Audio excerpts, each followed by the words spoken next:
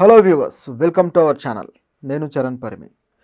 విజయసాయిరెడ్డి కేసులో మళ్ళీ కొన్ని కొత్త మలుపులు వచ్చాయి. ఇంకా ఈ కేసు సాగుతూనే ఉంది. అసలు ఈ కేసులో ఉన్న కొత్త మలుపులు ఏంటి, వాటి విషయం ఏంటో తెలుసుకుందాం.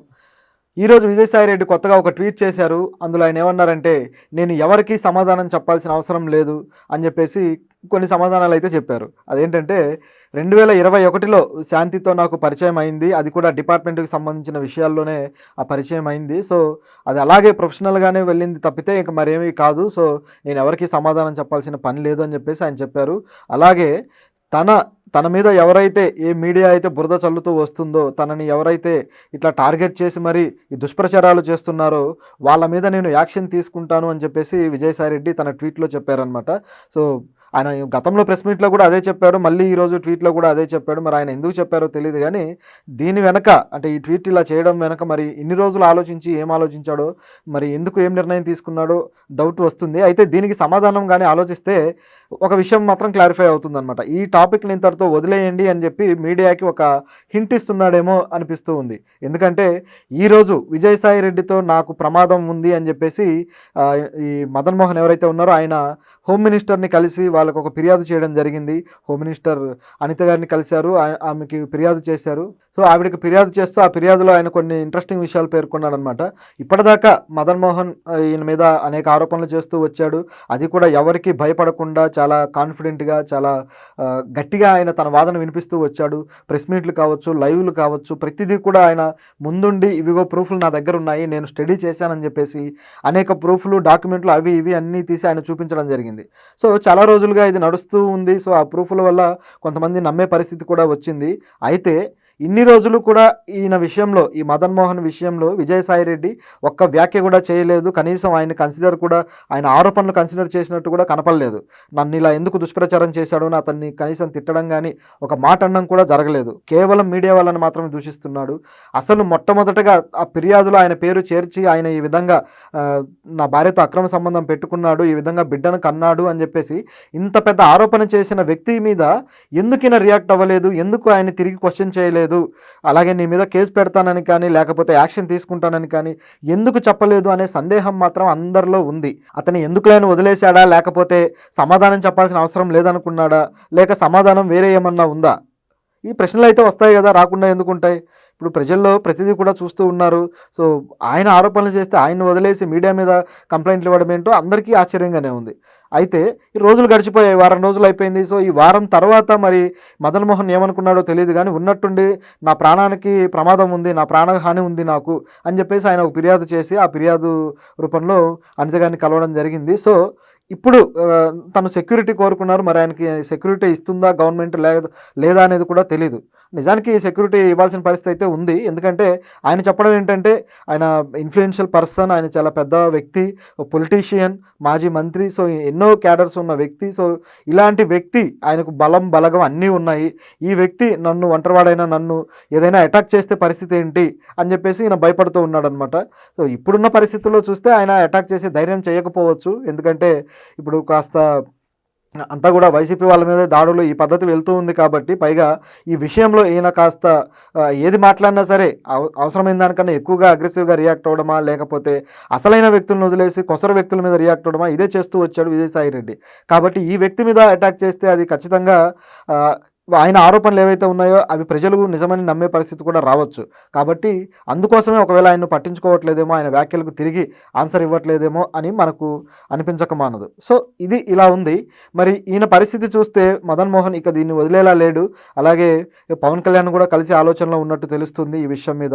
అట్లాగే ఢిల్లీ పెద్దలకు కూడా ఫోన్లు కలుపుతున్నారు అని చెప్పి టాక్. ఎందుకంటే ఇప్పుడు ఢిల్లీలో ఇప్పుడు ఏదైతే వైసీపీ పార్టీని ఢిల్లీలో అక్కడ రాజ్యసభలో మెర్జ్ చేయాలనే ఆలోచన జరుగుతూ ఉంది కాబట్టి వాళ్ళ ఎంపీలని, సో అక్కడ మెర్జ్ అయిపోతే ఇక మళ్ళీ ఆప్షన్ కూడా ఉండదు వీళ్ళని కార్నర్ చేయడానికి. సో ఇదే మంచి అవకాశం అని చెప్పేసి ప్రయత్నం టీడీపీ కాస్త అలా నడిపిస్తూ ఉన్నట్టుగా కనిపిస్తుంది వెనకాల ఉండి చూస్తుంటే. ఎందుకంటే ఇన్ని రోజులు ఈయన ఇన్ని ఆరోపణలు చేసినా సరే ఈ వైసీపీ శ్రేణుల నుంచి కానీ లేకపోతే ఎవరి నుంచి కానీ ఒక వ్యతిరేక వ్యాఖ్యలు కావచ్చు, లేదా ఒక నిరసన కావచ్చు, ఇలాంటిది ఏది కూడా ఆయన మీద జరగలేదు. సో ఇక్కడ డౌట్ వచ్చేస్తుందనమాట. ఆల్రెడీ విజయసాయి రెడ్డి ఒంటరిగానే దీని మీద ఎదుర్కొంటున్నాడు. ఆయనకి ఎవరు వైసీపీ శ్రేణులు కానీ, వైసీపీ మంత్రులు కానీ ఎవరైతే మాట్లాడుతూ వచ్చారో గతంలో, వీళ్ళెవరు కూడా విజయసాయి రెడ్డికి సపోర్ట్ చేయలేదు. ఎవరు కూడా ఈయన కరెక్ట్, ఈయన ఏ తప్పు చేయలేదని చెప్పేసి వ్యాఖ్యానించలేదు. ఇక జగన్ కూడా ఆయన ఏమి రియాక్ట్ అయింది లేదు. ఎప్పుడు కూడా జగన్ మీద ఏదైనా ఆరోపణ వస్తే వెంటనే అందుకొని ట్విట్టర్లో ట్వీట్లు చేస్తూ ఉంటాడు విజయసాయి రెడ్డి. అలాంటిది ఈయనకి ఇలాంటి ఆరోపణలు వచ్చి ఇలాంటి పరువు భంగం కలిగించే పరిస్థితి వచ్చినప్పుడు ఎందుకు జగన్ రియాక్ట్ అవ్వట్లేదు అన్న ప్రశ్న అయితే వస్తుంది కదా. సో ఇది ఇప్పుడున్న పరిస్థితి. ఇట్లాగే ఇక ఈవిడ విషయం కూడా, ఎవరైతే శాంతి ఉన్నారో ఈవిడ విషయం కూడా ఒక్కొక్కటిగా ఏపీ గవర్నమెంట్ సీరియస్గా తీసుకుంది, ఒక్కొక్కటిగా బయటికి తీసుకొస్తూ ఉంది.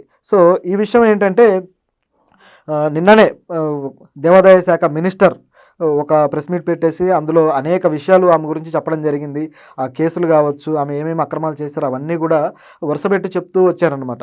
అట్లాగే ఆయనకు కూడా వీళ్ళు కలిసే చేశారు ఇవన్నీ కూడా, ఈ దందాలు కూడా, సో వీటి మీద మేము యాక్షన్ తీసుకుంటాము, మా దగ్గర ప్రూఫ్లు ఉన్నాయని ఆయన నిన్న చెప్పారు. సో ఇది చాలా పెద్ద ప్రెస్ మీట్. ఆయనైతే చాలా సీరియస్గా ఉన్నాడు ఈ విషయంలో, ఎవరిని వదిలే ప్రసక్తి లేదని చెప్పేసి, ఈయనను అరెస్టు చేయడం కూడా జరుగుతుంది అని చెప్పి ఆయన కొంత హింట్ అయితే ఇచ్చాడు. విజయసాయి రెడ్డిని అరెస్టు చేయడానికి గవర్నమెంట్ పావులు కదుపుతుంది అనేది ఇప్పుడు క్లియర్ అనమాట. ఇలాంటి టైంలో విజయసాయి రెడ్డి ఏమీ యాక్షన్ తీసుకోకపోవచ్చు, కానీ చూస్తే మదన్ మోహన్ పరిస్థితి చూస్తే మాత్రం ఆయన ఈ ఆరోపణ చేయడము, అట్లాగే ఈ గవర్నమెంట్ ఈయన వెనకాలండి ఏమన్నా ఇదంతా కూడా ముందుకు తీసుకెళ్తుందేమో అన్న డౌట్ కూడా వస్తుంది.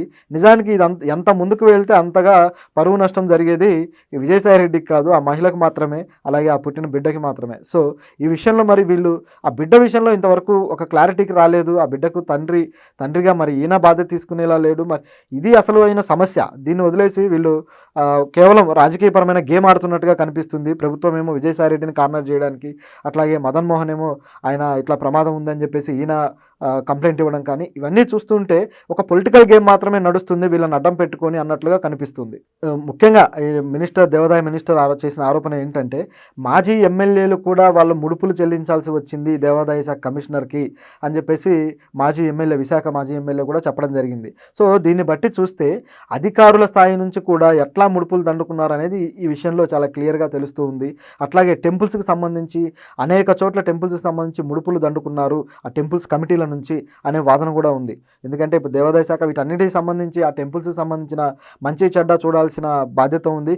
అడ్మినిస్ట్రేషన్ ముఖ్యంగా ఇదంతా చేయాల్సిన బాధ్యత వీళ్ళ మీద ఉంది. కాబట్టి వీళ్ళు వాళ్ళకు నచ్చిన వాళ్ళకి టెండర్లు ఇవ్వడము, అసలు కొన్నిసార్లు టెండర్లే లేకుండా టెంపుల్స్కి సంబంధించినవన్నీ కూడా వాళ్ళకి అప్పచెప్పడము, సో ఇట్లా తమకు నచ్చిన వాళ్ళకు మాత్రమే ఈ బిజినెస్లు ఇస్తూ వెళ్ళారు అని చెప్పేసి ఈమె మీద ఆరోపణ ఉంది, శాంతి మీద.